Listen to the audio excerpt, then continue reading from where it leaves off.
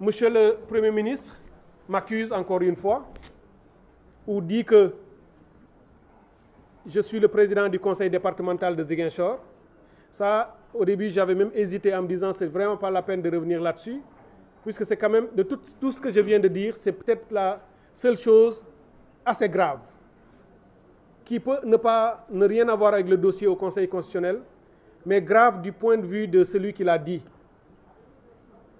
Parce que le président du conseil départemental de Ziguinchor s'appelle Georges Massali. Il a été installé par un préfet de la République, préfet, qui dépend du ministère de l'Intérieur, lequel dépend du Premier ministre. Donc si lui, le chef du ministre de l'Intérieur, et donc en conséquence du préfet, ne sait pas que le président du conseil départemental installé par son préfet s'appelle Georges Massali et pas Cheikh Tidiane Dièye, c'est que nous sommes en danger dans ce pays. C'est que l'information primaire, la plus petite, qui devrait être la règle partout dans un État sérieux, ils ne l'ont pas. Et ce n'était pas difficile à savoir. Il dit que c'est Pastef qui m'a investi aux dernières élections locales comme candidat au conseil départemental de Ziguinchor et qu'à ce titre, j'aurais été élu et je suis le président du conseil. C'est écrit dans leur texte. Il suffit juste que quelqu'un prenne son téléphone pour appeler au conseil départemental, c'est un autre président qui décrochera.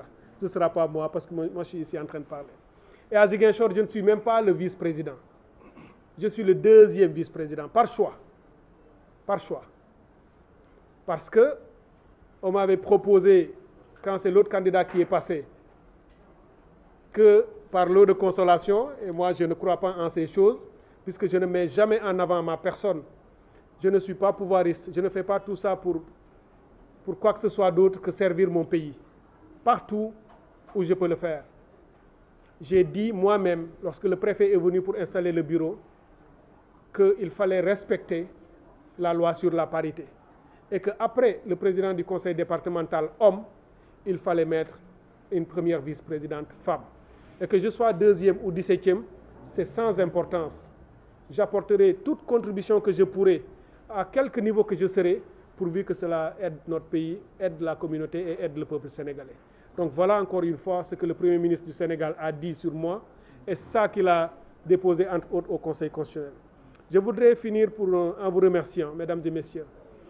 Je voudrais rassurer le peuple sénégalais, tous ceux qui nous suivent et nous aiment, tous ceux qui nous accompagnent, tous ceux qui croient au projet que nous portons, ce projet de transformation dont les piliers fondamentaux, les piliers qui en font le meilleur projet, sont des projets, c'est ce projet qui repose sur le souverainisme, sur le panafricanisme, sur le patriotisme et sur la refondation.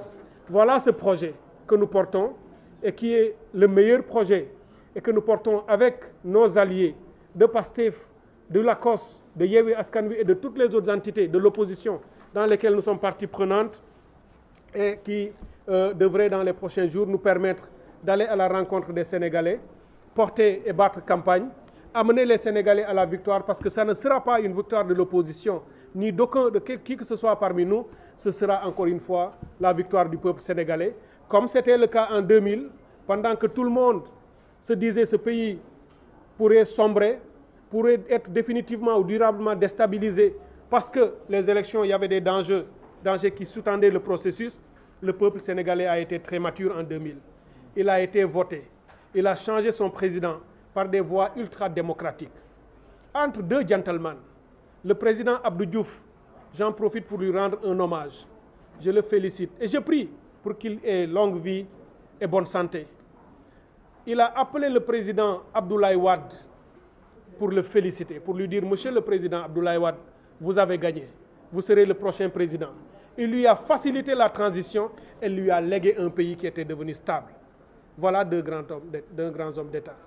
En 2012, le président Abdoulaye Wade a aussi compris son peuple, les pulsions profondes, la volonté fondamentale et forte du peuple sénégalais et son désir de changement.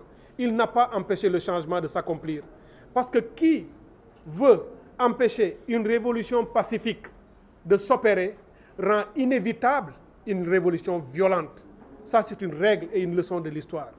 Quiconque empêche une révolution voulue par un peuple, un changement voulu par un peuple et qui désire le faire de manière pacifique, pour des raisons liées à votre boulimie et à votre soif de pouvoir, vous voulez empêcher cela de se réaliser, vous amenez ce peuple à faire un changement violent, même si ce n'est pas ce qu'il veut. On espère que le président Macky Sall saura comprendre et se mettre du bon côté de l'histoire. Parce qu'en 2012, il a reçu le témoin du président Abdoulaye Wade. J'étais dans la rue avec lui, président Macky Sall. Nuit et jour, nous nous sommes battus.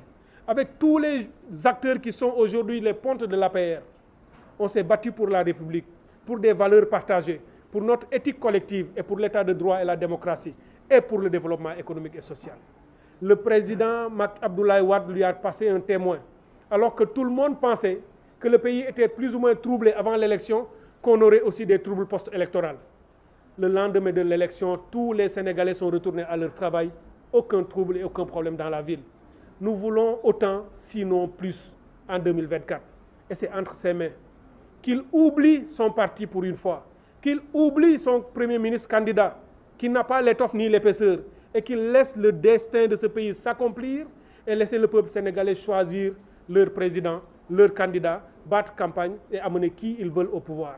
Et j'en profite pour finir, pour dire que mon ami, frère, allié politique, puisque eux du pouvoir, ils ne comprennent rien, je dois toujours répéter pour être clair, mon allié politique d'un parti qui s'appelle PASTEF, pendant que moi je suis d'une plateforme politique indépendante qui s'appelle Avenir Sénégal. Mais c'est mon allié, je le soutiens et je l'encourage. Je continue, j'ai la conviction ferme que Ousmane Sonko, ses droits ont été violés et bafoués. Il a été persécuté pendant longtemps.